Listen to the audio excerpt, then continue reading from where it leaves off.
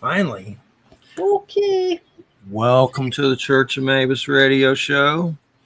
It's Friday night, 7:11 p.m. Central. You're listening to United Public Radio, 107.7 FM, New Orleans. We got Wham here with us tonight. Hey.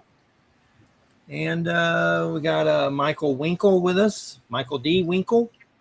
And the book is Michael D. Winkle and Beasts Beyond Belief. Beasts Beyond Belief.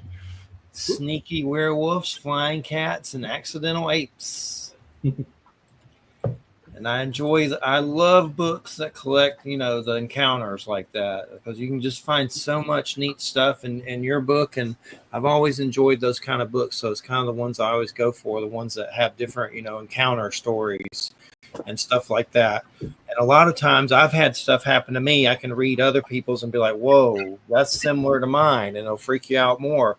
And so what got you started with all this, Michael? What got you on this road? The road of the weird. Well, when I was about 7 years old, they sent me across the street to get my little brother, who was playing with the people, our neighbors across the street.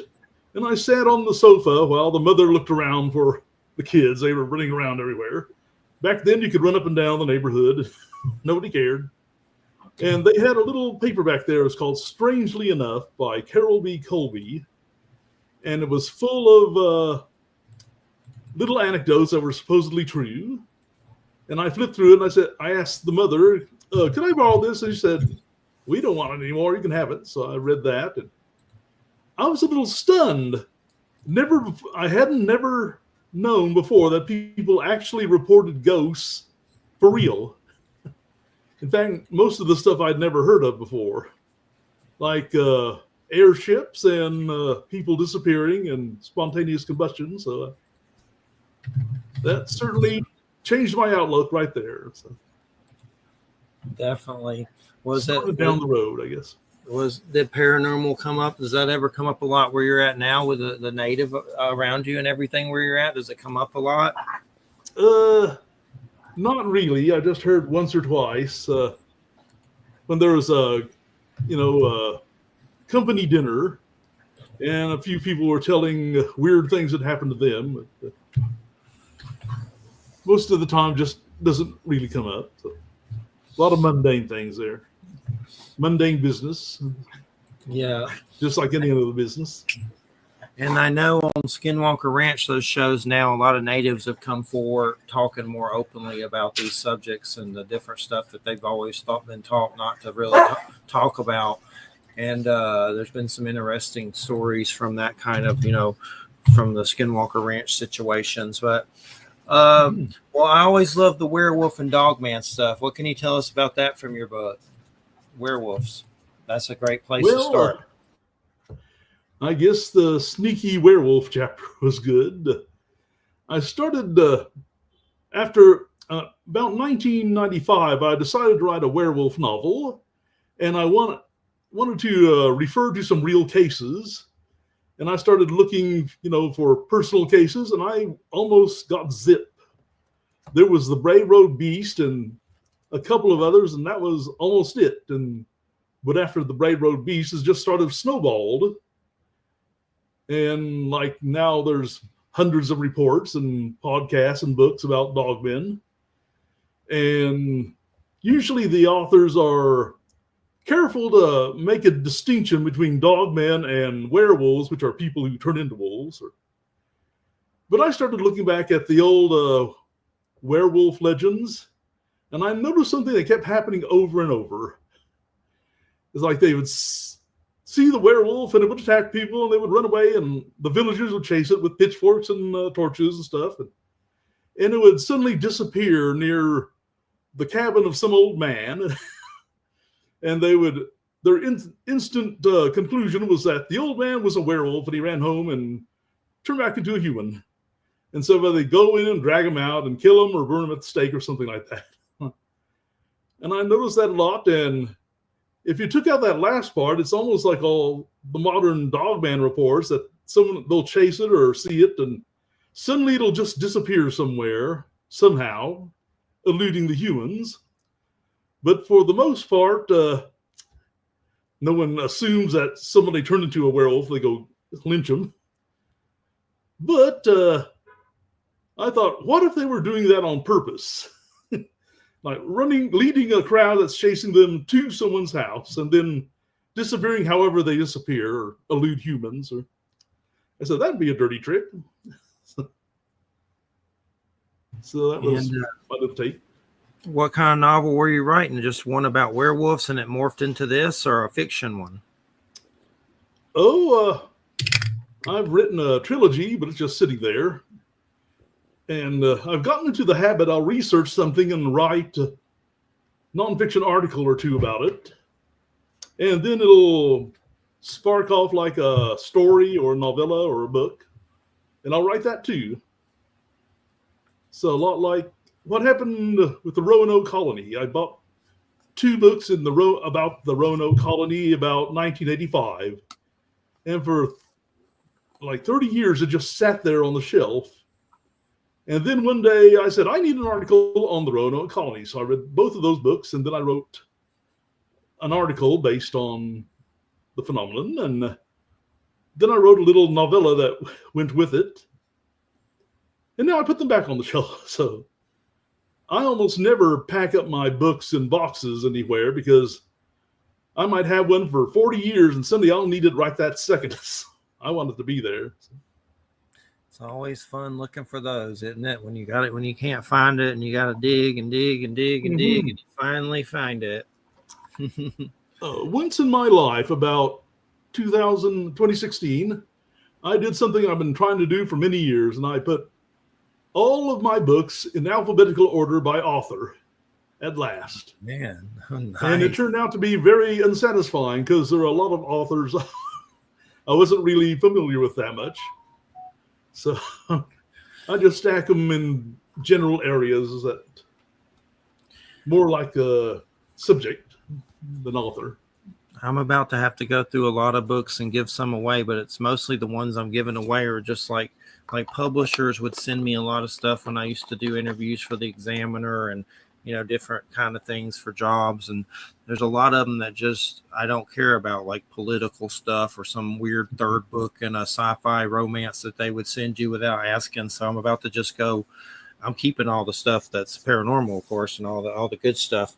But there's a lot of weird stuff, like they'll send you the 4th book in some dumb series you never heard of. And I'm just going to give it to one of those boxes at the park where people can get free books and try to keep that loaded up, at least do some good with it. So people are reading, so it'll help at least on some level.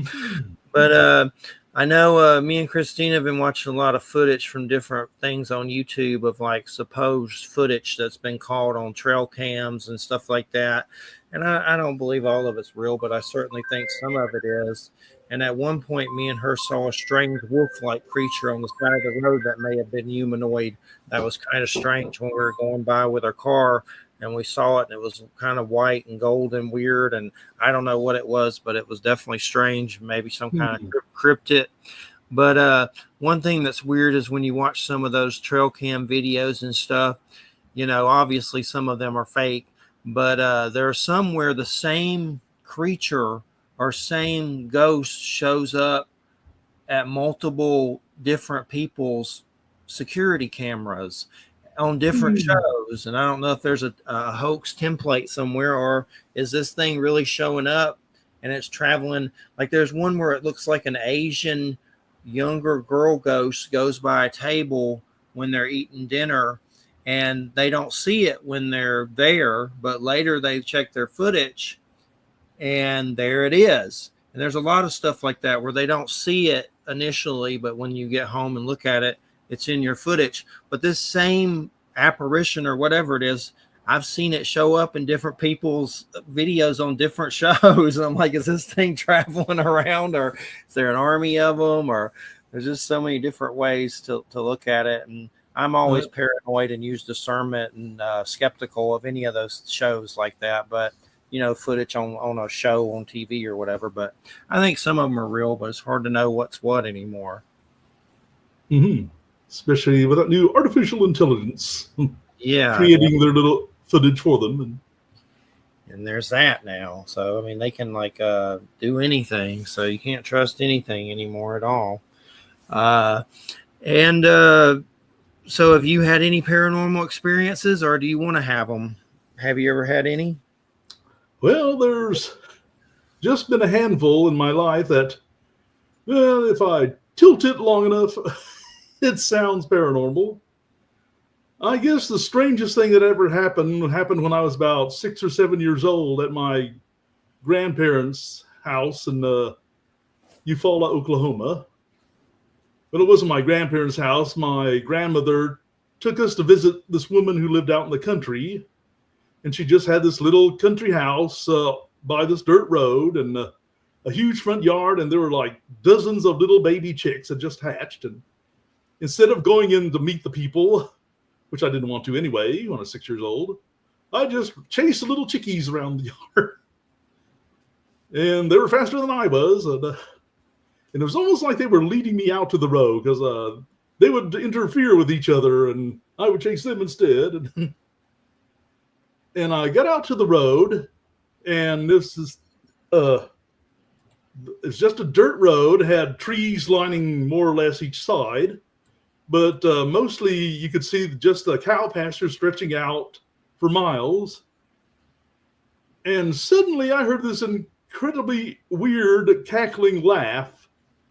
And I saw a show on Walt Disney. It was called The Scarecrow of Romney Marsh. And if you ever heard the song for that show, it ends with a very similar cackling, horrible laugh. Huh. And I looked around. There was only a few trees that I don't think anyone could hide behind. There's a wire fence on posts. Used a couple of little trees instead of posts here and there. And otherwise just empty pastures going off for a mile or so. But I didn't care. I ran back to the house and I ducked under the front steps of the front porch and hid there until my grandmother was ready to go about an hour later. So that's about the strangest thing that ever happened to me. I've been wanting to watch that movie, and I have access to it. It's just I haven't got around to it, but it's on my list of one to watch for sure. It looks pretty interesting. I've never seen it, but I've heard of it for sure. So when it came out on DVD in a special edition, someone told me, "Oh, don't buy that. I'm going to get that for you for Christmas." And this was in November, but I was the first person in line at the store to buy it. And of course, they sold out that day. So it's glad I ran for it. So you got one? You got to get one? Yes. It was originally 3 hour-long episodes on the Walt Disney show. So, and they put them together at last. So. Looks like it's on YouTube too. So I have it in a file somewhere. But yeah, I need to check it out for sure at some point. Yeah, it's on YouTube in a lot of ways. That's a good place to watch it too. But I wouldn't mind owning it for sure. But the publisher for Beast Beyond Belief, Sneaky Werewolves, Flying Cats, and Accidental Apes, UncleBearPublishing.com. Everybody check out UncleBearPublishing.com. And what's you got stuff, you got over 200 stories in here. And I see a Cherokee tale of Uktena, a great snake as large around as a tree trunk with horns on its head. What's that story? Do you remember it to tell us a little bit about it? Well, it's basically like the Cherokee version of a dragon story. The Uktena had a jewel in his forehead that was magic in some way, and people who wanted to be shamans would try and kill it to get it, because I guess there was species of this creature, not just one. And of course, unfortunately, if it got a good look at you, you would be frozen and pretty much doomed. And I remember the description of it like an inchworm chasing a hunter around a hill, and that sounded pretty weird for a 40-foot long snake thing. And there have been basically just a few stories about someone who either succeeded or failed at killing one and getting the magic stone. And that was, in my book, it's a chapter on the carbuncle, which is sort of a series of mythical creatures that have some sort of magic rock or stone or crystal in their forehead. So, and that was a Native American version. I know there's stories like the horned dragons and thunderbirds in native lore, and there's some similar stuff I think in like India and stuff like that. It's some fascinating stuff for sure. The folklore from natives. Is there any other native stuff you remember, folklore or anything in the book that you can recall? I'm cheating and looking at it. Okay.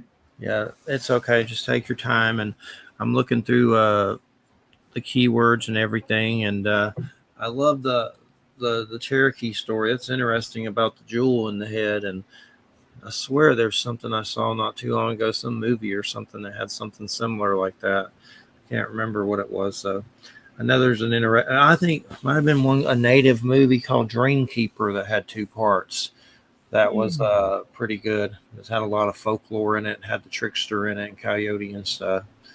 Really good. But let's see. Seem to have less Native American stuff in this book than I would have thought. But I mean, it's hard to remember everything that's in every book because I have hundreds of files and half-made articles. Yeah, I understand. What about Bat Squatch? Was that one that's easy to find info on? That's kind of an elusive cryptid. That's kind of one that doesn't come up very often. Well, there's really one original Bat Squatch story from Washington State, and had basically one major witness. But after that, I saw other stories that said, "Oh, Bat Squatch seen," and it would read something crazy like a Rodan-sized monster scooping up a oil tanker and carrying it off. But apparently there have been a few winged creatures in general that might be Bat Squatch. It's interesting. It's a Bigfoot basically with bat wings. Bigfoots are pretty big, so it's got to be some special wings if it's flying around with those jokers for sure. It's interesting though. We've had Ken Gerhard on. He's got a book that's pretty good, Flying Humanoids, that has some Bat Squatch stuff in it. The flying humanoid stuff definitely gets really creepy on many different levels. You think you're safe on the top floor, but here's thump on the roof. So what could that be? Yeah. And so what are some stories that you remember that that maybe you want to share with us, some of your favorites?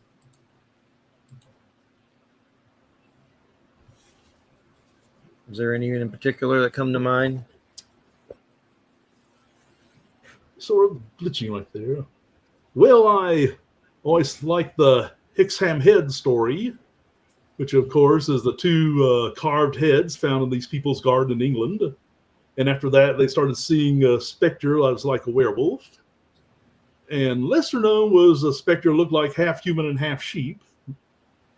And I spent years tracking down every article and source I could find for that. And it was nice to put it all together in one article.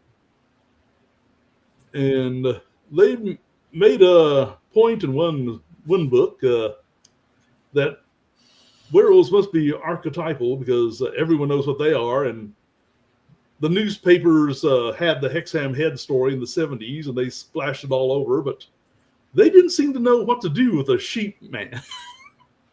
Yeah. If they mentioned it, they would mention it as another beast man scene, but they wouldn't say it was half sheep.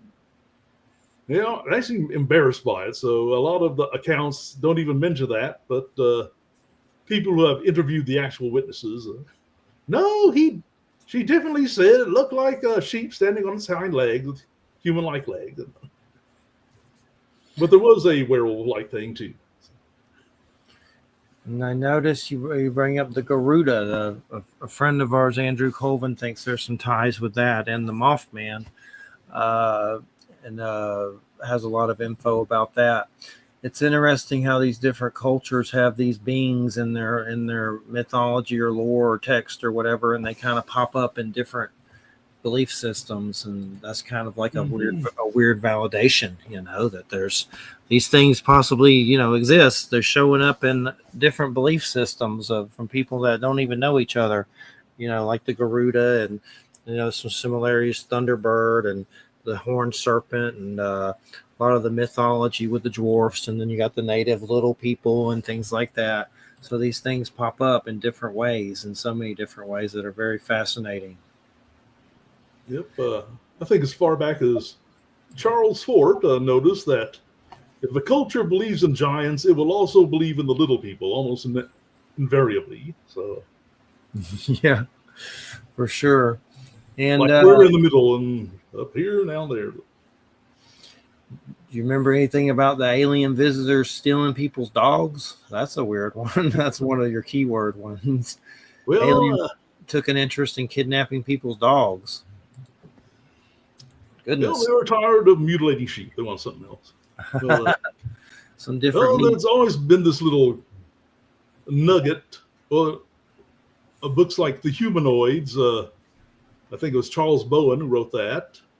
They collected all the known close encounters of the third kinds throughout since 1947 to the 70s, and in 1957 there were like a trio of UFO reports, and in two of them they happened on the same day across the country, hundreds of miles apart, and two of them specifically said these beings or creatures were chasing the dogs around trying to catch them, but the dogs were fighting back. And that's always been there. It's just been a little nugget, not enough for an article, I thought. But I came across Encounters with Star People, which is about Native Americans encountering UFOs and such. And there is quite a long chapter on this old Lakota man who lived near the Canadian border, and how he came across this very thin silver-suited person who was standing by a strange object.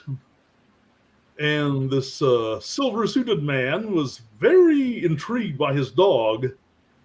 And the old Lakota man would have him, roll over, fetch sticks and stuff like that. He seemed even more astonished. And somehow communicated, I don't know, telepathically or how, but that he wanted to take the dog with him because it was unlike any creature he'd ever seen before. And of course, the old man refused. Uh-oh. But 2 years later, the old man died at about 90 years old.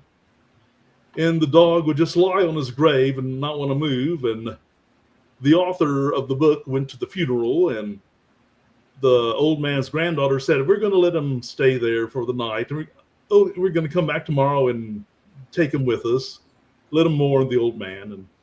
But when they came back the next day, the dog was gone and he was never seen again. So I guess the alien might have finally taken him. What Arthur was that? That sounds like an interesting book. Is it already? I can think of her middle and last name, Six Killer Clark. Yeah, that's who I thought. We've had her on the show. That's who I figured it was. I was just checking. Yeah, she's been on before. She's a fascinating lady, for sure. Mm-hmm. It's a good. I'd good have to book. get some more of her books. Yeah. What, you have the Native American one with Star People Encounters? It's called Encounters with the Star People. I think it was the first one she did. Do you know that book right now is worth like $200 for some weird reason? I started noticing that when Amazon started up years ago. What is the deal with that? They need to make some more of those. Like, they need to print out some more of those. These paperback books that I got rid of once, and I wanted them back now, and people were charging $300 on Amazon. I said, I know. I guess not. I hate when that happens. But I'd wait a couple of years, and the same book would be there for like $3.95. Okay. Yeah. I had that happen with her book, and of course I started digging, looking for it everywhere, freaking out, making sure it wasn't harmed, but it was okay, thank goodness. I thought this book was still in print at the bookstore, but it's weird. I don't know whatever happened to Anomalous. I don't even know if Anomalous Press is around. I used to interview a lot of their authors and stuff, but I don't know if they're even still kicking. They may not be. That might be why they haven't reprinted it. I don't know. But yeah, she's a great one. She's got some other ones. Sky People. It's more South American, Brazil, and then there's another one that's like a continuation of Star People. You can find those at a pretty decent price, I'm pretty sure. But yeah, that one tripped me out for sure. The price hike, and so what does UFOs and aliens show up quite frequently in a lot of the encounters that you wrote about? Oh, not that often. When they do show up, they sort of stand out because most of these animal paranormal stories are like ghost animals or animals reacting to ghosts or folklorish demonic animals or phantom creatures or things like dogmen and phantom panthers. What's the Hollywood Dogman chapter about? Is that encounters or is that like werewolves in movies or something? Oh, you got a Hollywood story of Hollywood Dogmen. Yeah. So that came about because I also have lots of movie magazines, usually about old horror and science fiction movies. And there was a fellow who starred in Plan 9 from Outer Space. Another that were considered the worst movies of all time, and after those movies were gone by 1960, he seemed to disappear. But in the 90s, I got a magazine. They had an interview with him in some magazine. I think it was called Epilogue, and he told about his life and how he got into Hollywood and how he met Ed Wood, who put him in, gave him a steady job being in these bad movies. And then there's a news report that the character's name was Kelton the Cop that he played.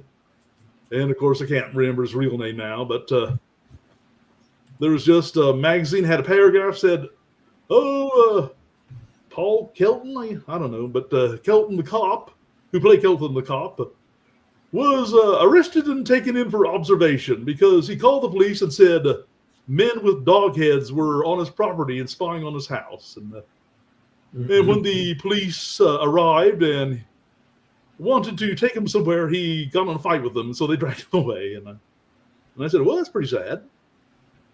But years after that, Film Facts magazine had another interview with him, and he was still doing good. And someone wanted to put him in a sort of X-Files-like show, and he would be a police officer who kept running into monsters every week. So and I said, well, it had a happy ending. So. That sounds like Kolchak, sort of. That's what I compared it to. Are you familiar with Kolchak? Oh, that's my favorite TV show. Yeah, I was rewatching those recently. They're kind of funny to watch, but I still love them. They're good. For back then, I'm like, wow, I can't believe that was on there back then. They're good, though. Yeah, those are the classics. There's some good books and comics, too, that revolve around it that are pretty good, that they've kind of continued some of the stories and stuff of Kolchak, the Night Stalker. But, yeah, there was the crazy one of, like, a zombie running around, and they, like, hung it. And I was like, wow, that was deep. But, yeah, those are good. I've been watching a lot of those horror hosts lately. Swinguli, you know who that is? The little dude that wears the top hat. And he comes on here on Me TV.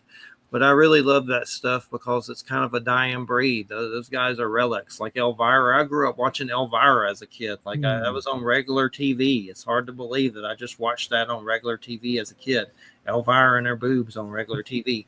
But yeah, he's we got Me TV, and I've been watching and Christine have been watching Swinguli. I always have trouble saying his name. I think I'm saying it right. But there's another weird one that we found by accident on PBS, and it's so weird. It's called Nightmare Theater, and it comes on at like 11:30 Central late at night, and it's a dude with devil horns and a dude with a wrestling mask and a dude dressed up as a wolf, and they show like really old cheesy movies, and it's really weird. You're like, you can't believe it's on PBS. Like, you're like, what the hell is this? Never heard of that one. Yeah, look it up. It's weird. It's been around a long time. But Nightmare Theater. But yeah, the book's really great. Where and that's let's see, unclebearpublishing.com. Everybody check out unclebearpublishing.com. Is that the best place to get it, or is Amazon? Is it I've seen it on Amazon. But, nice. So I guess you can go there. Yep, Amazon. You can check it out there. Or Uncle Bear. So. Yep, for sure. And what did you used to do? What did you used to do? You were a library assistant, a bookkeeper. I was everything except what my father wanted me to be, which is an accountant, and that was too boring. Oh man, that's a rough one. To him, there was no other job except accountancy. But I had my favorite job was right after I got out of college. I was working for the city service company, which is part of an oil company, and I worked in their, I guess, technical library. And apparently all these oil men out in the fields across the world would need articles from science magazines or geology maps or something, and I would find them in the library and Xerox them and mail them out to, I don't know, Vietnam, Hawaii, and all sorts of places. And I got to work with all the Xerox machines, which mean I would bring rare books from the library in and copy them while I was there and take them home. And I'd have a copy. But after 3 years, city service company was bought out, and they let 400 people go, and I was one of them. So, and after that, it's just been kind of a spotty thing.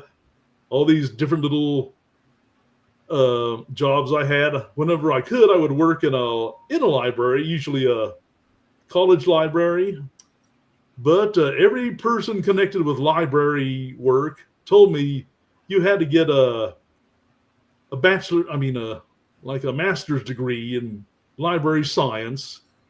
And there was like only one college that did that, had one of those within the tri-state area. So I drove up there, visited them, and they said, it'll cost $15,000. And I said, well, maybe later. Never quite got back to that, but of course, if I could, I would support myself writing, but it's kind of rare to make that much. I'm checking out your site. It's what, fantasyworldproject.com? Yeah. Oh, you got some stuff going on here. You've been around the blog, extinction events. Those are my Amazon Kindle. I tried that for a while, and I'd get maybe $35 for the novel I put up there, then they'd sort of fade away. So, but they're still there. And Dragonfly Woman, Followers of the Grave. That's my Amelia Earhart novel. Definitely. What's the Lauren Coleman thing about Mothman? Are you in that, or did you just put that there just because you like it or something? Well, I made my own little web page called the Mothman Annotations after that movie came out with Richard Gere. Yeah. And had all the notes I made over the years from all the sources about the Mothman. And I decided to annotate John Keel's book since it was kind of popular at that moment. So I had a long pages of stuff with like notes for every page. And Lauren Coleman offered to put it in his book, one of his new books coming out. Said, sure. And we never talked money, but no, I didn't care. I mean, I put it on the internet for anyone in the world to look at. So that's cool. That's it's a little gig to get your writing out. But yeah, I know, as you said, I'm still not sure why poor Mothy is evil incarnate. I don't know if I agree with that either, that he's evil. It seems more like a harbinger of a warning, like, this bridge might fall, or some kind of like he's warning people. I'd like to think he's a superhero, but maybe a little weird. I don't know. Of course, he's a little weird. He's Mothman, but I don't know if I say he's evil incarnate, though. I'm pushing it a little far. When I first read the Mothman prophecies, I first heard of Mothman in one of John Keel's earlier books, which is Strange Creatures from Time and Space. And the Mothman prophecies came out 5 years later. And when I read that, I was a little puzzled at why people decided he was a harbinger. There are all sorts of weird things going on in the Point Pleasant area. There's UFOs and strange lights and the Grinning Man and Men in Black and a couple of Bigfoot-like creatures. And I don't know why Mothman was supposed to be the harbinger, maybe because he could fly and everyone would see him. But Yeah. Well, the main thing is like he was around the bridge, and then the bridge happened, and I don't know. Maybe he's prophetic, like warning, like trying to warn people. I don't know, but plus there's a lot of weird military stuff there, and God knows what that might have drawn there. No one knows really. It was definitely a fascinating cryptid, one of the most fascinating ones for sure. It's always interesting when UFOs come up with Bigfoot too. I know Stan Gordon in Pennsylvania, a big researcher, has a lot of Sasquatch UFO cases that are pretty interesting. That's always interesting when that combo happens for sure. When you get Bigfoot and UFOs together in one nice TV dinner. I always liked the window theory, which suggested that there's something about the area itself, and multiple strange things just sort of happened there. Aside from being in the window area, they may not necessarily have anything to do with each other, like a poltergeist in somebody's barn and a hairy Sasquatch that the farmer saw in 1960 down by the woods, and UFO that flew over last night. Enough of those will make it sound like it's some sort of incredible hotspot of paranormal, but it might just be a trickle from somewhere, the window area. What were some of you're into Marvel comics? What were some of those when you were growing up? I'm into comics. I'm having to calm down with them, but I still love them. But what are some of the ones you've grown up with? Well, up to about the age of 12, I read like Gold Key, the Walt Disney and DC Heroes comics. And then this thing called Marvel came out. I wouldn't touch that with a 10-foot giant man. But then they did a sneaky thing. They decided to ignore that, approved by so-and-so corporation, which after the 50s, they said they can't have vampires or zombies or anything like that in your comics. But Marvel decided to ignore that and started printing things like Werewolf by Night and Tomb of Dracula, Monster of Frankenstein, and the Man-Thing. That's what sucked me in. Those are the greats for sure. And then they started crossing over with some of their heroes, and I was sucked into that too. So it's just like, I think 1 month in 1973, early 19, I started buying almost everything Marvel put out, and I totally stopped buying DC and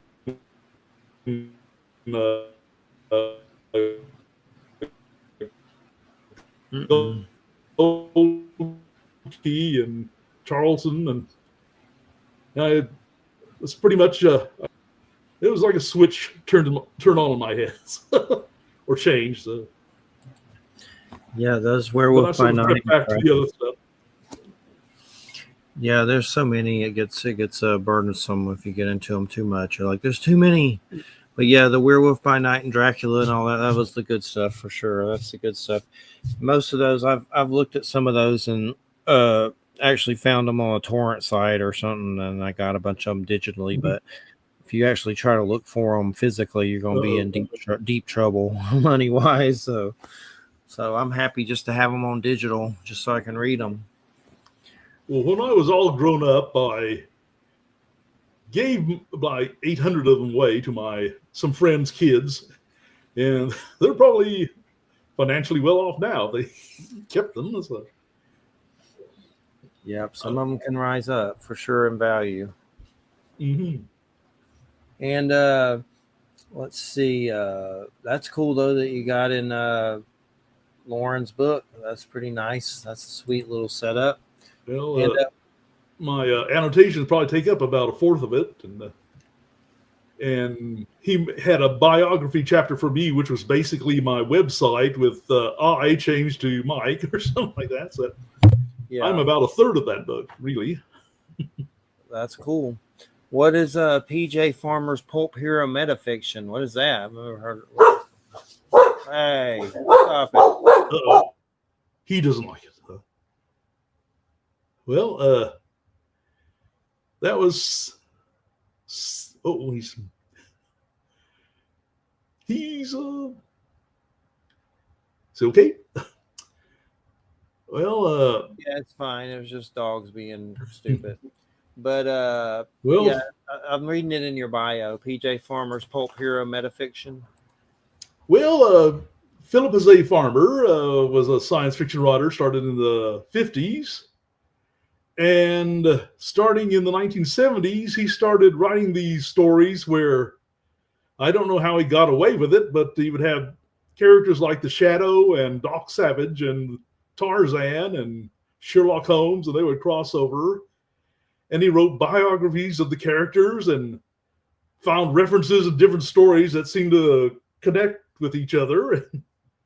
Like their last names would be the same. And he just made this entire multiverse that was all of these characters from fiction and how they fit on this huge family tree. And I found it fascinating because I would write little stories like that myself and have crossovers. And I always dreamed of having writing stories set in a Victorian type world, had characters from Jules Verne and H.G. Wells and H. Rider Haggard and all these people, meeting each other. So it was right up my alley at the age of 15 or so. And like he's written and published several novel-length books on the subject.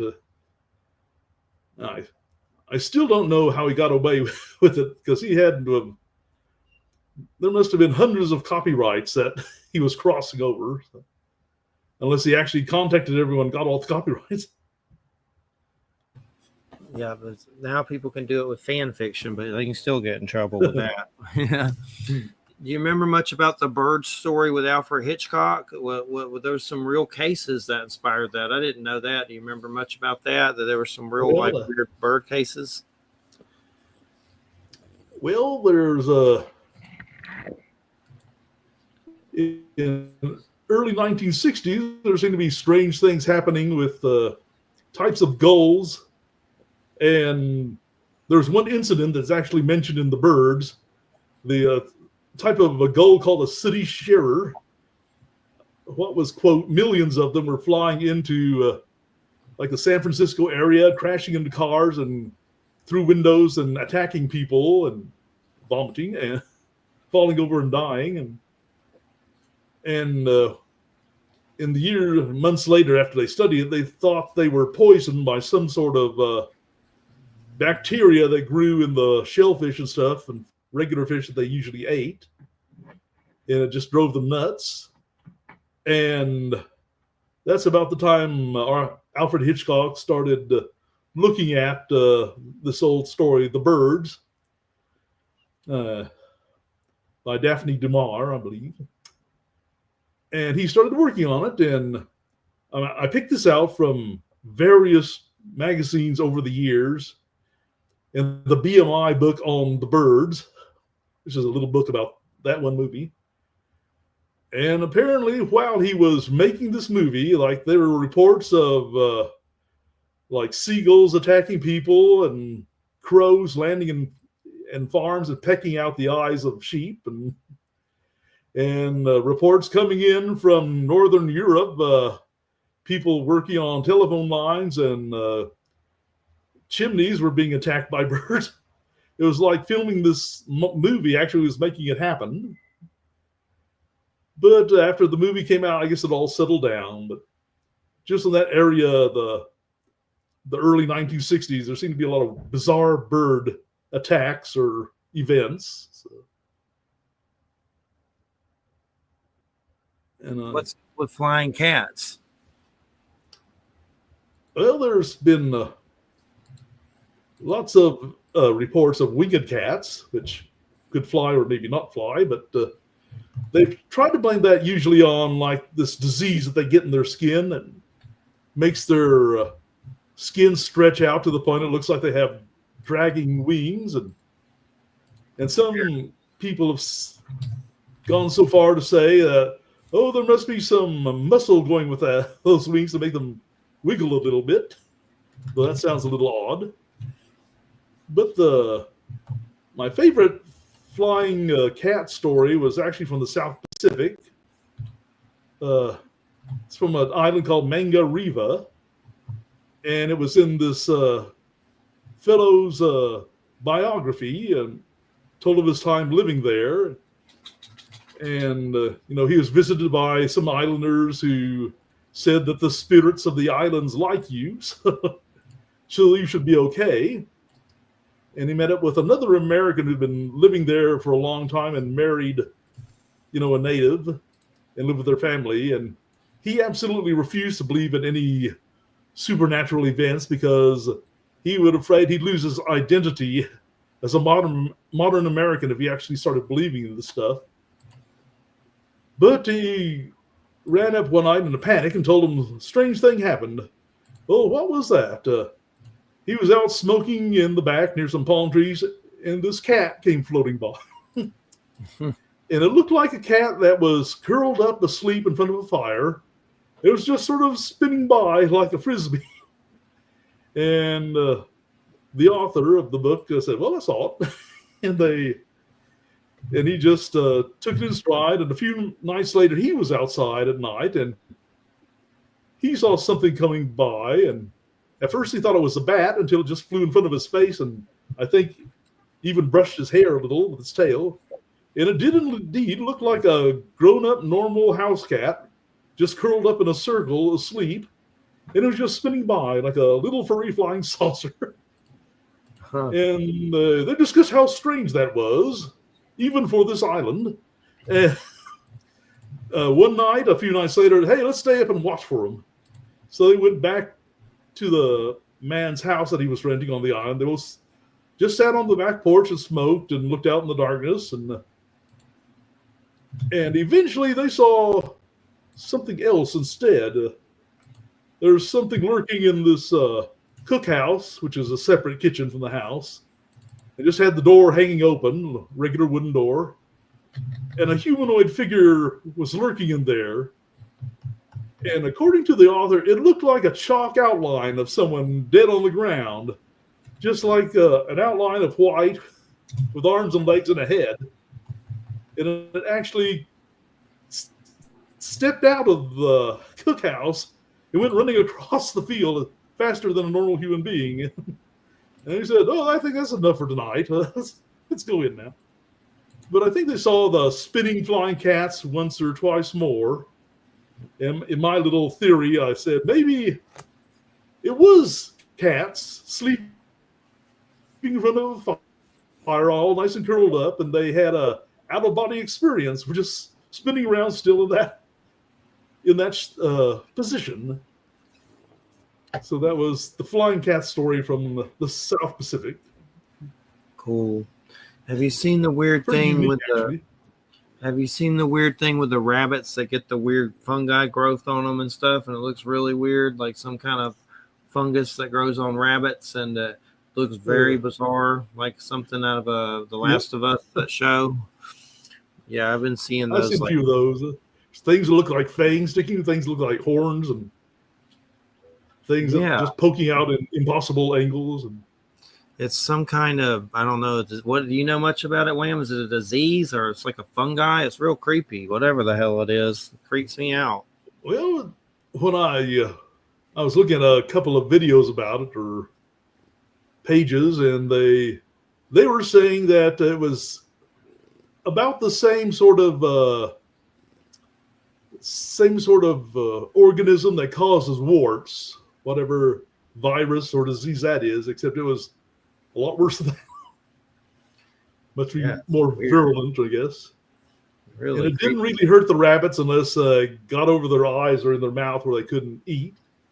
Yeah, some of them were. It was like growing over their eyes and stuff. It's definitely strange. Definitely creepy. It reminded me of The Last of Us, that weird zombie show that's used to be a game. It's on HBO where there's like fungus zombies, but definitely creepy. I don't know what it's called, but some kind of weird disease that looks. I know it's weird because they always say the jackalope. You have to wonder if that's did the jackalope original jackalope have that fungus, and that's where jackalope came from. I don't know. Maybe so. Maybe, never know. So what?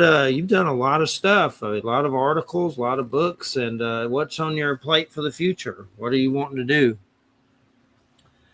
Well, I've been trying to re-edit the Kindle books and start up again because I was going to restart my web page more or less, and because I haven't touched it for over 3 years because of reasons, not any good reasons either. And I've got all sorts of stories I'd like to finish writing. I write everything in longhand, so I have to retype everything, and I have stacks of these notebooks that I'd A, like to finish the stories and books that are in them, and B, type them up, and C, start sending them out if I ever get any time.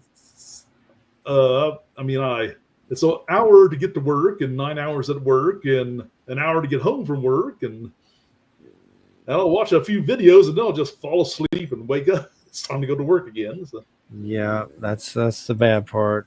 I wrote some books. It's hard, and I haven't done it in a long time. Maybe 1 year I'll kick back into gear, but it seems like it's years away from that point. That's for sure. But in the mailroom, that's sounds interesting. Well, when that COVID hit, they were advertising for people for the mailroom because the Creek Nation was offering $2,000 to aid for COVID for all members of the Muskogee Creek Nation. And suddenly hundreds and thousands of people suddenly discovered they were part Muskogee Indian. And so they started applying to become a member of the Creek Muskogee tribe. And they had, just buckets of mail were coming in now with all these people's information. And it all had to be scanned and all had to be collated and labeled, and they hired 3 people, including me, and 2 of them quit after about 1 day. And they asked why. I said it was too boring. They really couldn't stand that job, and I said I'm okay with it. It's almost like looking through all my books over here.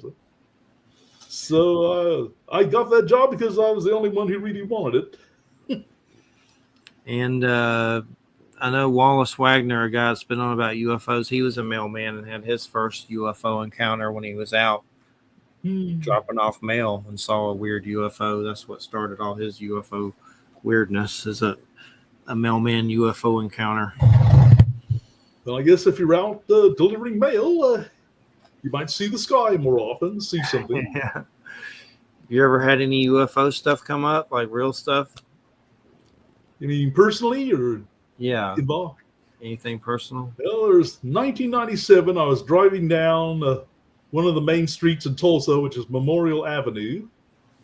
And I forget when I was going, but it was nighttime.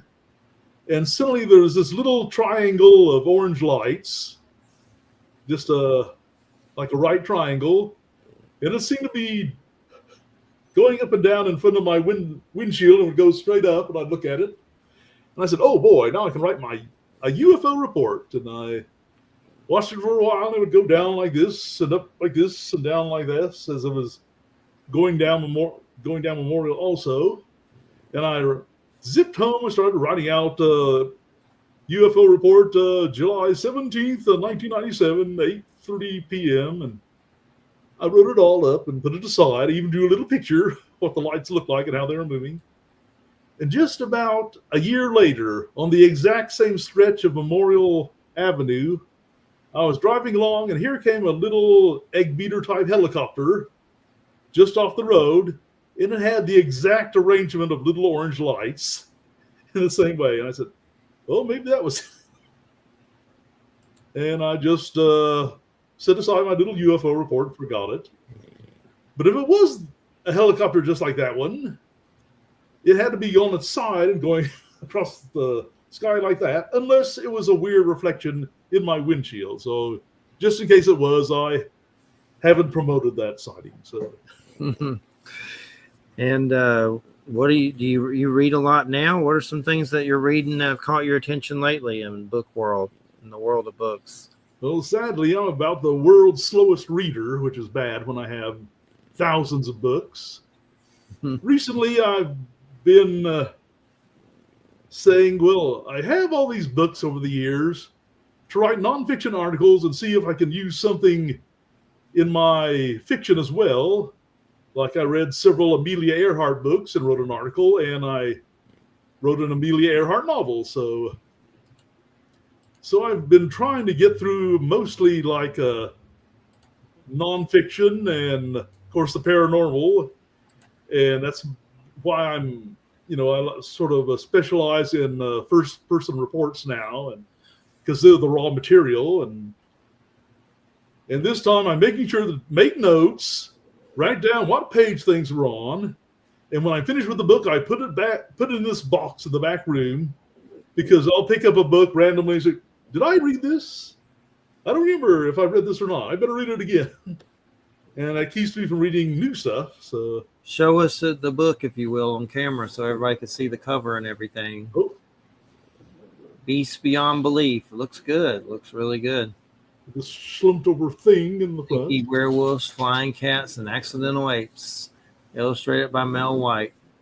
It's really good. Mel White is a comic book artist, and somehow they got her to write a new picture for every chapter in this book, and I was just stunned.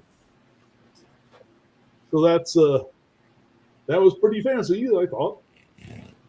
Looks good. It's a great book. We appreciate it. And what's your website? And then, of course, we got UncleBearPublishing.com for everybody. Make sure you check out UncleBearPublishing.com. And what's your website? Well, it's just www.fantasyworldproject.com. That's just one word. But in a few months, I may be changing it to update it. I found out the company that was hosting my webpage has gone out of business.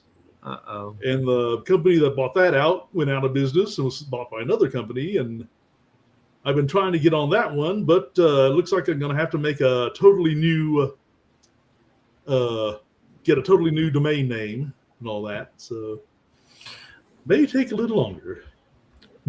Yeah, there's so much weird stuff going on.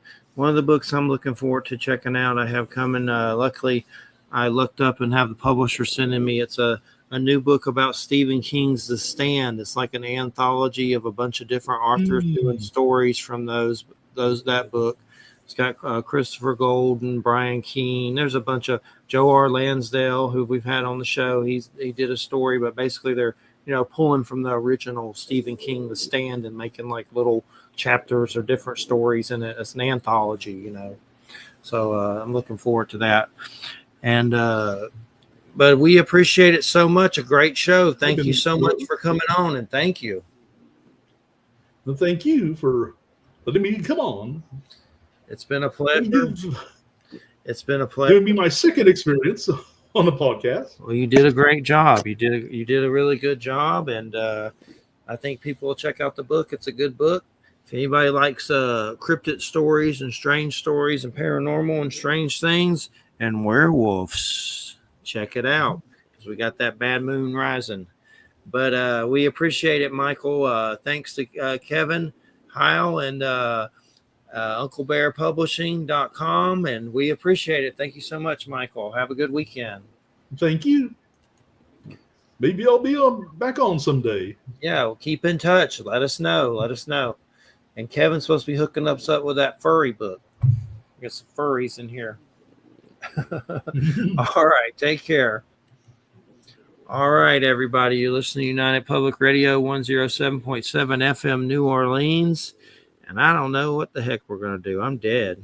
I got stung by a yellow jacket. Yeah, it got that's me. what you were saying. It got me. I was outside and suddenly I got my shoulder blade stung under my shirt.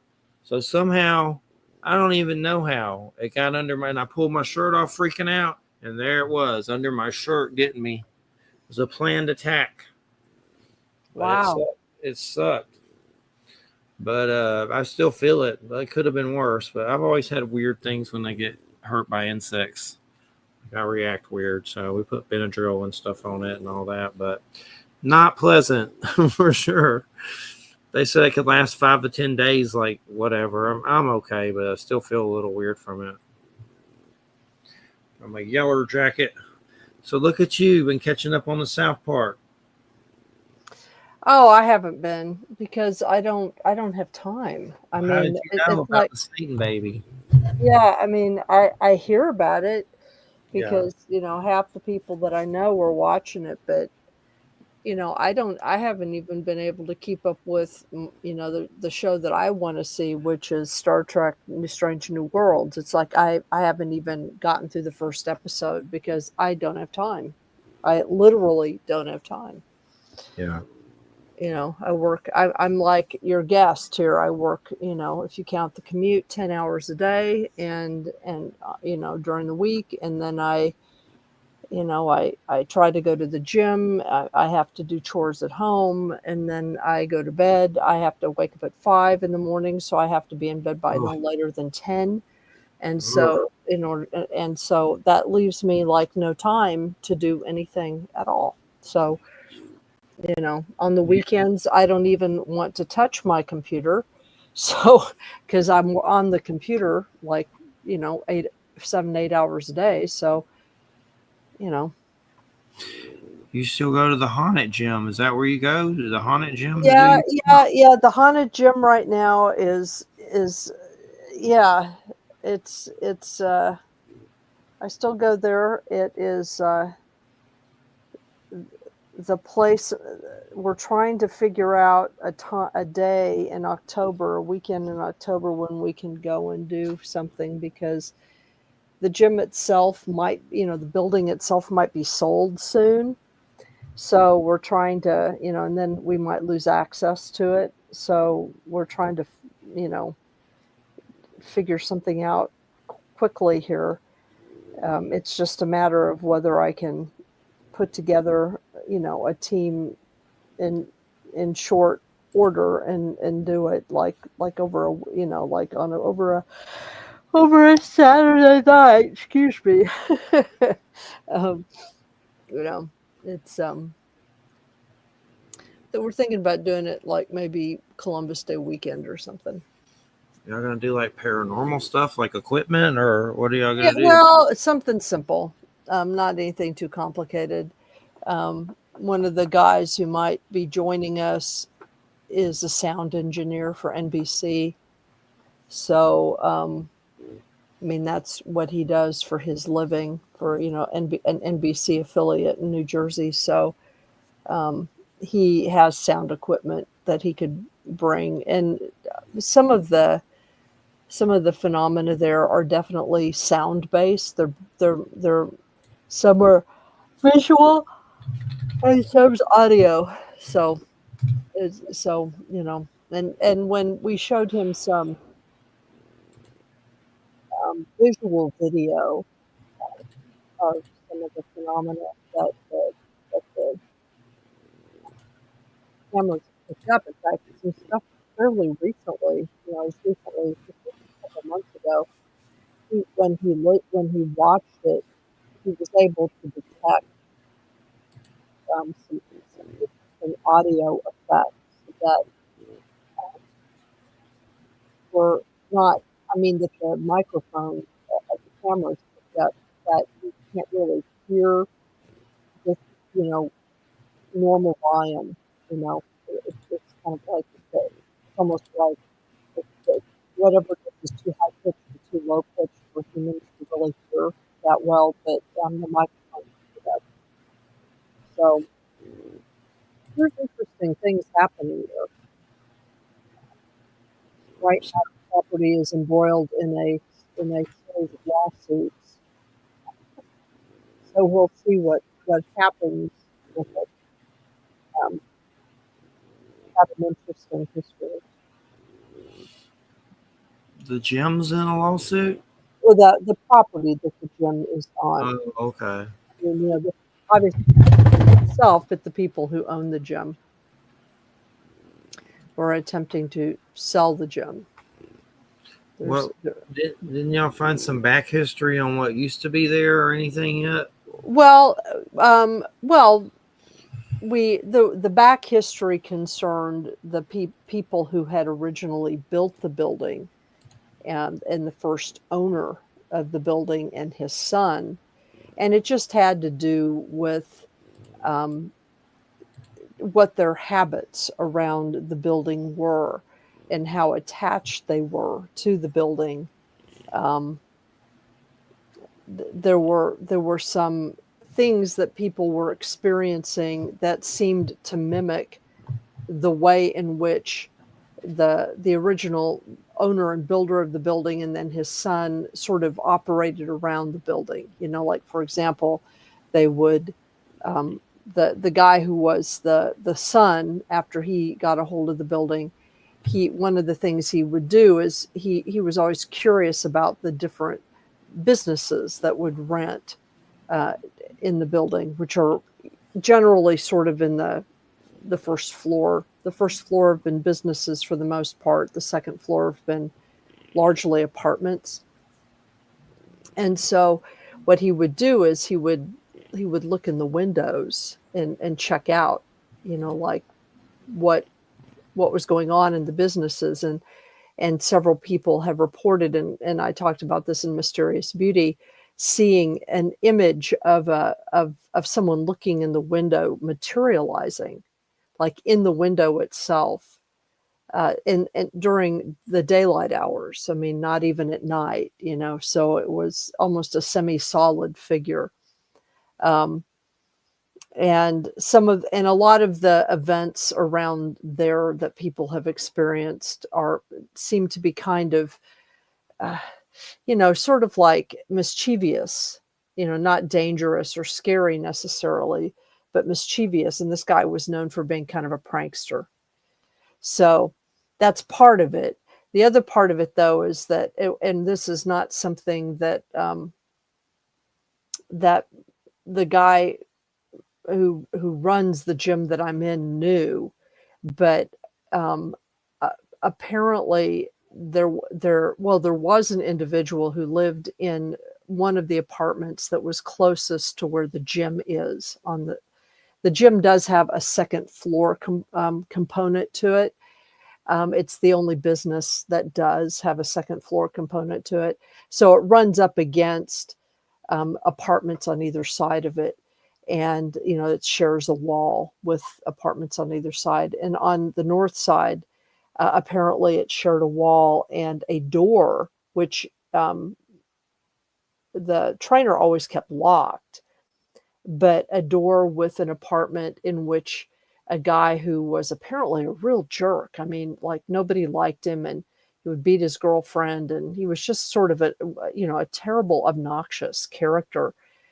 He apparently died in that apartment and was found dead in that apartment. And after that occurred, it's probably the source of a number of really kind of bizarre experiences that a number of people have had, especially upstairs. Like, there was this one instance where, and this is when people were coming back from the pandemic, my trainer started to experience some weird sounds and stuff upstairs that seemed to be a little bit more aggressive than things had been before. And so he put up a camera that was looking straight down the hall towards this larger room that he would use as an activity room. And you could see all the way down the hall into the room. And one time when he was there with other people downstairs, he got a notification on his phone that there was movement upstairs on that camera. And so he pulled it up, and while he and two other customers watched, this was live, a figure moved, and there was nobody upstairs. A figure moved from a kind of a semi-transparent figure moved from right to left and dissolved into the wall, which would have a wall that was shared. Died, his apartment would have been on the other. So there's been there. It's interesting. I see a lot of these people, how security stuff picks up things like the door cams and stuff like that. It seems like a lot of them can pick up stuff that you normally wouldn't. I don't know what differentiates a camera to be able to do that or what technology, but it seems like a lot of people are getting weird stuff on that kind of stuff. And then a lot of it's like they're there and they don't see it, and then they bring it home and look, and there's some weirdness, and they're like freaked out that it's there. But it's interesting how some of the stuff does get picked up on different types of cameras and things. I'm not sure what. Yeah, it is odd. Well, you know, I think that some of us, myself, but I think some of us seeing it really has to do with whether or not we're expecting to see it or not. You know, a camera is kind of dispassionate. You know, it's not predisposed to seeing one thing or another once you just set it up. It's kind of neutral. And because there have been instances where people have seen things. And I have seen things or haven't seen things because I just didn't expect it. But then again, it's like, I don't know. It was kind of like that weird thermal image that appeared that again is in my book that I've told the story of a number of times. But that was a thermal camera, and it was picking up a thermal image of something that was like literally right in front of me and another person, and we couldn't physically see it with our eyes. We couldn't, but a thermal imaging camera could pick up this little sort of shape that was moving around and bobbing, and you know, it kind of came out of a stump and then moved along the ground. It was very odd, you know. I mean, and I don't know what that was, but you know, camera that was a particular type of camera. That wasn't like a normal CCTV camera. So I hear purring. Do you have a cat here? It's Edgar snoring. I was hoping no one could hear it. I tried to mute it some, but he does that when he sleeps, the dog. Yeah. You can't sleep without. It's very annoying when you're trying to watch a TV show and he's on the couch like, dude, come on. But he's asleep and he purrs like a cat. There he is. Oh, God, he's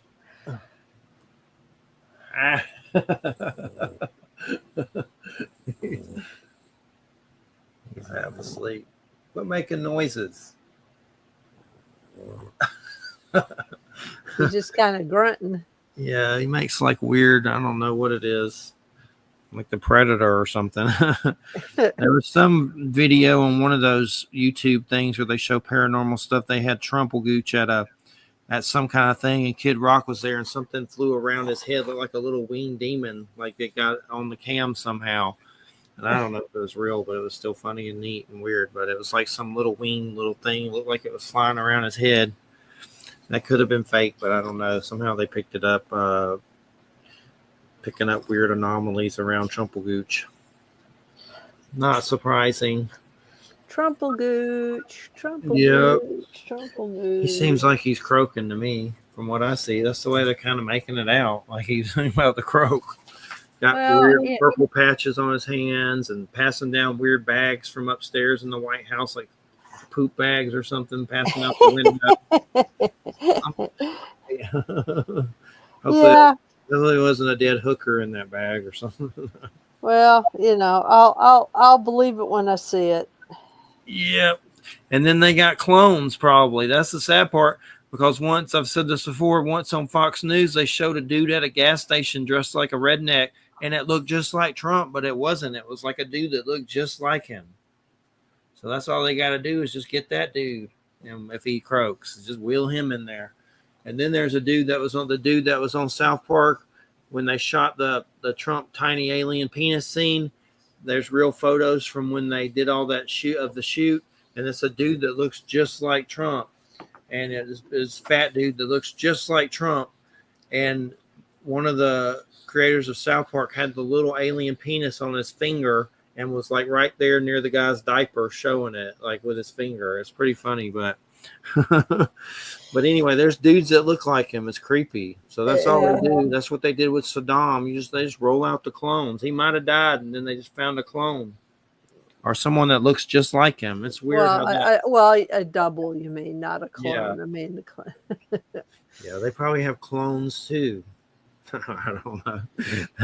I don't think they have clones. That's what they act like. That's what the right wing people do with those weird death lists of like Adam Sandler's at Gitmo. Hillary was executed at Gitmo, and they pass around this weird list that's lies of people that are dead. And that's what they say that. And I'm like, well, why are they still alive then? Oh, it's a clone. So somewhere they have a clone of all these people in a warehouse they have access to, like Blade Runner.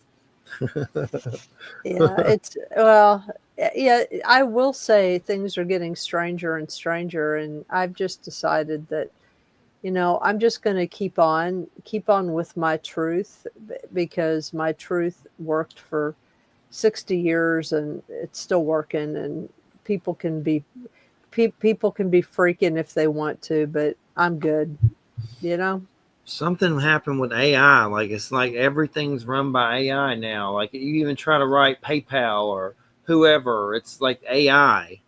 When did that happen? Like, you mean the chat bots? Yeah. It's like everywhere's AI now. So something happened. I think it took over and we just don't even know it or something. It didn't. I mean, our fascination with it took over. It becoming a fad took over. Now they're attacking Melania, saying she used AI to write her speech. They're attacking Tim Burton and Lady Gaga, saying that he used AI for some new video, but they actually proved that they did not use AI for that. So, but now everybody's AI paranoid about everything. But who's coming up? Michael Hacker next week. Oh, yay! It'll be fun to talk to him. In the book, there's some book. And we can talk to him about AI, because Amazon wants to replace readers with AI. What? Yeah, they want to give people the option of, if they just want to pick AI to read. I don't think they've done it yet, but if they want to pick AI to read their book, that will make it a lot faster. You know what I mean? You just feed their book into AI, and then it, and to me, so it's like, obviously that's a threat to people like Michael, to their job, to their livelihood. Yeah, I want to bring it up. His book is Forbidden Science 6, The Journals of Jacques Vallée. Nice. He sent me an audio book of it, but I haven't listened to it yet. But I'm not sure if it's like the 6th book in that. It sounds like it. Forbidden Science 6. It sounds like part 6. Yeah. There are six volumes in it so far. And then, but they're all Jacques Vallée or just certain ones? I don't know. I have to look it up. No. Forbidden Knowledge is all Vallée. Those are his journals. Okay. Let me find the name of it again to make sure I said it right. I know he sent it to me. I try to join Audible, and then next thing you know, I'm adding all these free things, and I'm like, oh, this is free. And then when you stop paying, they take all the free things away from you. Yeah, exactly. It's like, what? But I may do it again sometime. But I have a lot of cool stuff on here. I know, from Andy and all kinds of stuff on here. A lot of horror. He just sent, his other Forbidden. It's called Forbidden Science 6, Scattered Castles, The Journals of Jacques Vallée. Right, exactly. And then says Jacques Vallée realizes why the highly classified project he joined 2 years earlier will never solve the many-dimensional mystery it investigates. That insight into UFO phenomenon leads him into a deeper independent field exploration of cases in Brazil and Argentina, Europe, and Russia. And the other book is Osculum Infame, Osculum Infame, Infame, and Other Dark Embraces, a collection of short stories ranging from horror to dark fantasy. All the stories herein share the mouth-watering carnal expectation of a dark embrace, a thrilling and forbidden kiss. Ooh, what is this? That promises to shred moral constraints and open the path to a new life of acceptance. Wow. But those are the two books we'll be talking about. But I'm interested in hearing some Jacques Vallée stuff. It's not, we don't often get to, we talk about him, but we don't really get deep into it. So it'll be good to get deep into some of that stuff and hear some of the actual cases and stuff like that. Deep into it. Huh? Deep into it. Deep into it. Wear protection. We're getting deep into it. Yeah. I still want to know about the Skinwalker Ranch stuff he did, but he signed a waiver or whatever, so we'll never know. Yeah. Well, a DNR. Yeah, hanging out with old Bigelow. Do not resuscitate, not DNR. What is it? A non-disclosure clause, a DNC, an NDC, non-disclosure clause, or non-disclosure contract. Yeah. We've been DNR is do not resuscitate, which kind of fits. Do not resuscitate. Do not resuscitate this rumor.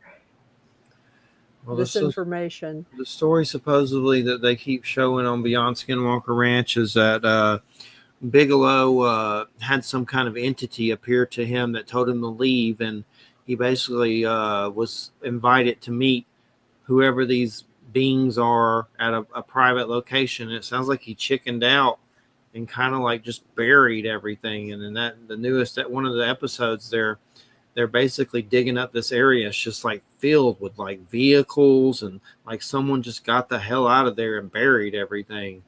So I just, and I've talked to someone else that there's some truth to that story about why he left, but it's just kind of weird that he went that far and some weird apparition just said, get out. And then he runs like a puss toot and runs away.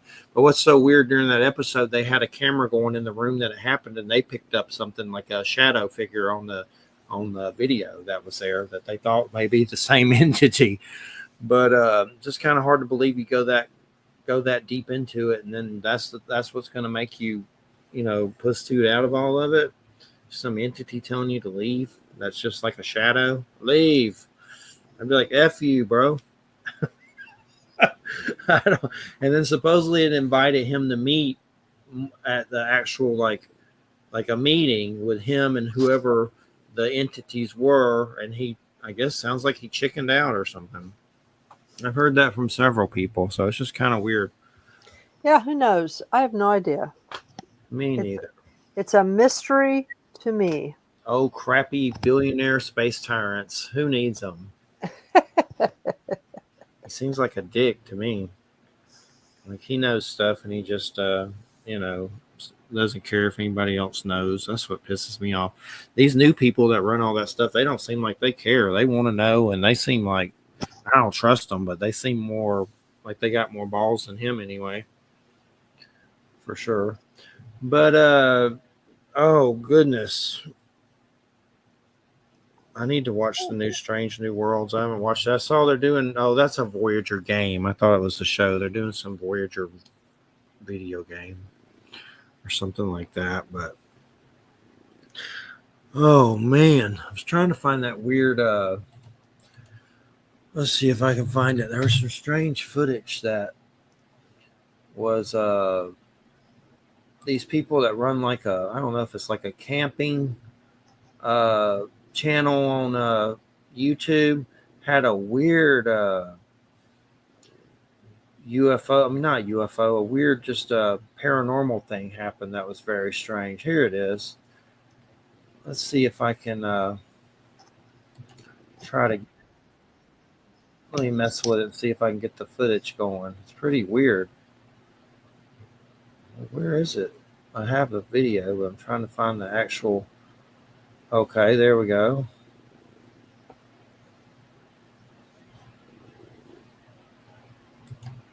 Let me make sure this is the right. flipping through it. Da, da, da, da, da, da, da, da, da, da. Yeah, that's it. Okay, hold on. See if I can get it up on here. I always hate doing this, but I think I can figure it out. What's weird about it is I'm not sure it's paranormal. Maybe someone in the military with like some kind of predator technology and night vision goggles. That's what I was reading in the chat, the comments. Here we go. I think. Is it up there? Yeah. We've got it's doing the infinity thing. Why is it doing that? Oh goodness. I don't know. Why is it so little? Let's see if I can start that over. That was weird. I don't know what I hit to do that. Share screen.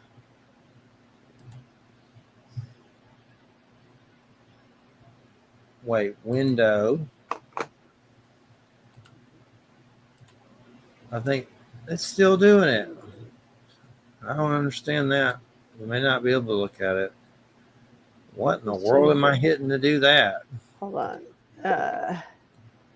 Whoops. Let me turn that on. Oh, that ain't gonna work. Let's see. Share screen. Yeah, share. I've never had the entire. Wait, there's that entire screen. There's that. I don't know why the hell it's doing that. Okay, let's see. Why am I making it go infinite? I'm trying to hold on just a minute. That is really weird. We're opening a portal, apparently. Okay, hold on just a second. Oh, come on. Share screen. Okay, it says here. Let me see. I'm reading here. The infinite loop occurs when you share your entire screen, and that screen contains the StreamYard Studio or browser window with the studio open. Okay. To prevent this mirroring, you should share a specific browser tab or application window instead of your entire screen. Okay. Slides, extra video. So share a specific tab or window. Let's see if this works. So, like, open another tab. I think I did it. Why does it look so little? Yeah. That's right. That's right. Okay. Now what are we looking at here?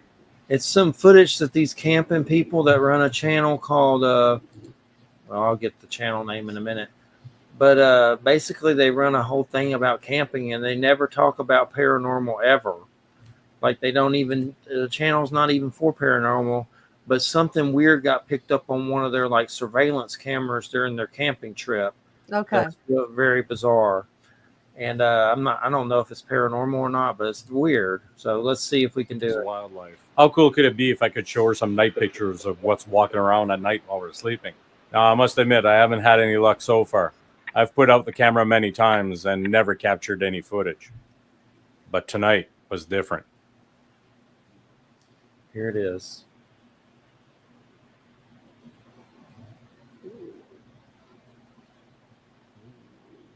Oh, whoa. Oh my God. Look, it's translucent. Okay, that's strange. And it's like checking out their car. Yeah, and look, it's got those glowing fucking eyes. Oh, I said the F word. Yeah. Sorry. You said Fukin. Fucking. Well, good morning. Oh, This morning it almost feels like somebody wild. doesn't want us to camp here anymore. The weather is socked in and not going anywhere. It's been raining for hours here.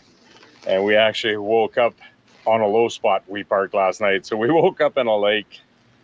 So we actually didn't fold up the tents or anything, just moved the Jeeps with the kids still in the tent. so that at least we're on grass, we're not in muddy ground. And never captured any footage. Let's do it one more time. But tonight was different. That is amazing. Those glowing eyes. Someone was saying they thought it was someone with like some kind of stealth technology with night vision, which it could be paranormal. I don't know, but weird to think that it might be like military hanging around out in the woods with weird predator technology, which I wouldn't rule it out, but I'm not saying that's what it is because obviously I don't know. But it's definitely weird. When then it comes up to the camera, it's like it knows the camera's there.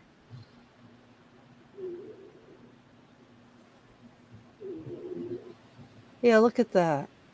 Very strange. That is very odd. That's creepy. With the glowing eyes, that's very creepy. And then the channel is called Voyager Overland. Voyager Overland. And they're on YouTube. And it's just about camping spots. Like, they don't have any other things at all about that kind of stuff. It's just camping junk. So that's weird. That makes it weirder. Yeah, that's pretty weird. Yeah, that was a weird one. Who knows? Could it be some kind of weird military in a park or something? I mean, you never know what it could be. Sometimes I get paranoid that China's here living with us in our houses with technology like that. We don't even know it. They're just like here hanging out. But it's definitely an odd one. But yeah, there's been some weird ones on some of these channels. One's called Maximum Fear. I think he does a good job of just gathering like all these kind of videos and stuff, and you know, he kind of gathers them and put them in collections so you can watch them from every year or whatever. But another one's a British dude named Slapped Ham. He gets the footage and puts it in like a compilation of different people, you know, trail cam stuff and just weird stuff. He had a funny one where this dog was sitting on the steps like a human, and the dog for some reason was sitting, and it looked like a human sitting, but you knew it was a dog, but it was just sitting weird, like bizarrely, like a person would sit. And that was weird. Like, they do nature stuff and weird animal stuff, but that was a weird one that stood out. Very creepy. Someone in the comments said it could have been some kind of military thing, but who knows what it was. Well, I mean, even if it is, that's still creepy. Yeah, that you're camping and something's, you know, hanging out, looking Yeah. in stuff. I want to get a doorbell cam now. I have a trail cam. I need to set it up, but wouldn't surprise me to catch something on it. There was this one weird one. I can't find it because it would be too hard, but it was on one of those compilations. This lady was in Compton, California, and she had like a doorbell cam, and right at her porch, there was a weird angle, and you could see it, but it walked by. But the weirdest looking alien with a weird ass head just walked by, and it wasn't like the camera just happened to pick it up. It wasn't focused on it or anything, but it just happened to just walk by her porch, and it looked like a weird, like, I don't know, like one of those weird tribal where they do weird stuff with their skull and stuff. But You mean the elongated head? yeah, it looked like something with an elongated head just walked by our porch, but it looked like a gray alien almost. It was really weird, but I mean, it could have been fake, but there's some that are real, I think, but that one seemed weird, like just a weird thing that got picked up. But there's all kinds of weird ones. They catch dog men and all kinds of stuff. One of the weird ones is some weird, I call them earthworms. It's like some creepy bald creature that looks skinny and like it's starving, and they just like pick them up. Those are always popping up. There's another one that's like a weird little, it's almost like a little goblin. They caught it on in Mexico going across the street or something. At one time it jumped up in the air and like flew and came back down. And one lady had one in her yard that chased her. And they have them. They're fun to watch, but you got to use discernment. And the crappy part is you'll never really know if it's real or not because you weren't there for starters. So most people are just like fake. I don't know if you've ever seen that weird video of some gray alien being interrogated, and it's kind of creepy. It was going around a lot, but anyway, apparently Michael Salla of Exopolitics which all those exopolitics people seem a little kooky. But there's a guy going around on those on radio shows. Let me find the guy's name. He's going around saying it's a real video of an alien being interrogated, and basically that the video is real. And the dude, I mean, he's probably a spook, but he's going around basically defending it, saying it's a real. Here he is, Michael Sala. Oh, Michael Sally. Yeah, I know who He's he a is. little fruity, isn't he? Yeah, But- he's one of those Like exo civilization people who Yeah, believes. like Alfred Weber and stuff. Yeah. Kind of fruity, but this is called Gray Alien Interrogation Videos, Genuine Case Closed, and it's a dude named John Stewart that's claiming it's a real alien, and it's like, this guy's got to be a spook. But anyway, he's going around basically defending that it's real on all these radio shows right now. He's dressed like a spook. I'm trying to find it. It is a creepy little video that kind of creeped me out, but I'm not going to say it's real. I don't know. But here it is. It's kind of funny, but let's see if I can get it up. Oh, crap. Let's see. Just remember, share it in a tab. Don't share it your whole screen. Okay. I think I got it. Here's that little creepy sucker. Is it on full? There it goes. All right, here goes. All right, we're looking at the interview suite at S4. It's kept dark for the comfort of the aliens. The figure who is just barely visible in the left foreground is the telepath, and behind the camera is a raked seating area for observers. Although in this case, I believe the only other person present was a military aide. The alien is seated behind a glass That partition voice. in a biocontainment I area. know, it's distorted. Maintained at It's only like 2. biosafety level 2, the lowest designation. That's primarily for the protection of the aliens, not us. The theory is that if they were going to infect us with an alien bug, it would have happened 50 years ago. In fact, all the indications are the aliens eliminated microbial and viral life from their own ecosystem long ago. They aren't susceptible to our diseases directly, but it has been shown that microbes can reproduce and form colonies within their respiratory systems, which tends to exacerbate the debilities they seem to suffer anyway in our environment. In fact, you can see here the alien is beginning to flag. The interview was not going well. The telepath was trying to clarify some points from a previous interview, but he wasn't receiving coherent responses. As you can see, the being is in real distress. I can't see that. I see it as a puppet. At this point, the telepath is sending out a message to the medical staff. He's trying to communicate with the alien, but he's getting no response. It's that Stan Romanek alien.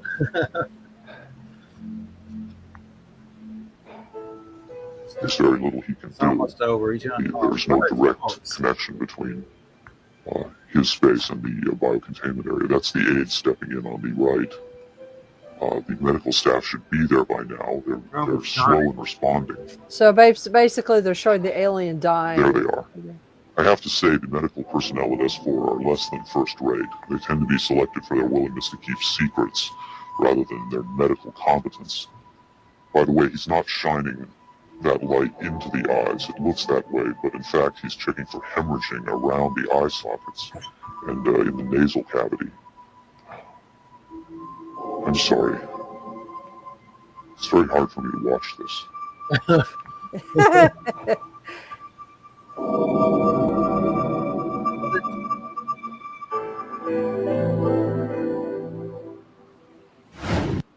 I guess not. There's another one of it somewhere. That is just plain silly. That is just plain silly. Silly. It's funny, but imagine this dude going on shows like defending it as real. That's weird. Like a spook. It's pretty weird. Of course, he's doing the Michael Sala show. Yeah, he's pretty weird. Pretty I remember weird the stuff. only Michael Sala I ever watched was Kawani on there. That was it. That's the only time I've ever watched a full show. Was when Kawani was on there. But he's got some guy named JP that comes on the show that claims there's ant people in Florida that gave him a sacred tree seed that does weird stuff. And he's like a military black ops and writes all these books. JP's his name, and he met the ant people down in Florida. You met the ant people down in Florida. The ant folks, I guess the ones from native lore or whatever, they live down here apparently, I guess. And they have I'm sorry, that's so weird. Secret treaty oil. Some kind of seed that they have that's magical that they gave him. Of course, the guy is like wears a disguise or something. Yeah, exopolitics. My God. Yeah, I know. It's like I'm so tired. It's so boring. Yeah, It's just really boring. I made fun of Obama time traveling to Mars, and Alfred Weber said I was a secret Satanist for the Dark Cabal. A secret Satanist. And then him and I forget the other guy, the time traveler Basago dude, and Laura Eisenhower, they like blacklisted me because I didn't agree that Obama traveled to Mars in a time machine, which I didn't really care. I made fun of it more, but I used to prank call Andrew Basago, and I told him I was him from the future and I was trying to contact him. This is you from the future. Oh, he got mad. Andrew Basago got mad because I posted some meme on Facebook about dildos, and he saw it. I don't remember what it was. Probably like some comic or something, like one of those funny memes of a drawing, or I don't remember, but something to do with dildos. And he wrote me, and Guy was going to like ambush him on the show. It wasn't going to be a pleasant interview, but I guess the aliens helped him avoid us. But anyway, he told me, I can't do your show. I saw something about dildos on your wall. What about the children? Children aren't supposed to be watching this show. That was even creepier, though. What about the children? Oh, children. You let your kids sit up and listen to this. Yeah, that guy ran for president, and of course, nothing happened at all with it. But he tried to be president. Andrew Basago, time traveler. But anyway, everybody, we got about 2 minutes. You're listening to United Public Radio 107.7 FM New Orleans. Next week's Michael Hacker. We're going to be talking about Jacques Vallée. Secret Journals. And then Michael Kowalski. That's a Bigfoot book by the Jim Willis, the guy who departed before his Afterlife show. And that's the 19th. And then I'm still scheduling, but that's who's coming up in the next few weeks. So make sure you check out ChurchofMabusRadio.com. It'll go to our Facebook group. You can go to ChurchofMabusRadio.com, and it'll take you straight there. We'll see you next Friday. Thanks, Wham, and thanks, Kevin, and thanks, Michael. Everybody have a good weekend. I want to watch the rest of Wednesday. Got a new Uncle Fester, digging the Uncle Fester. Nice. Tim Burton, so it's pretty good. But all right, everybody have a good weekend. Good night. Good night.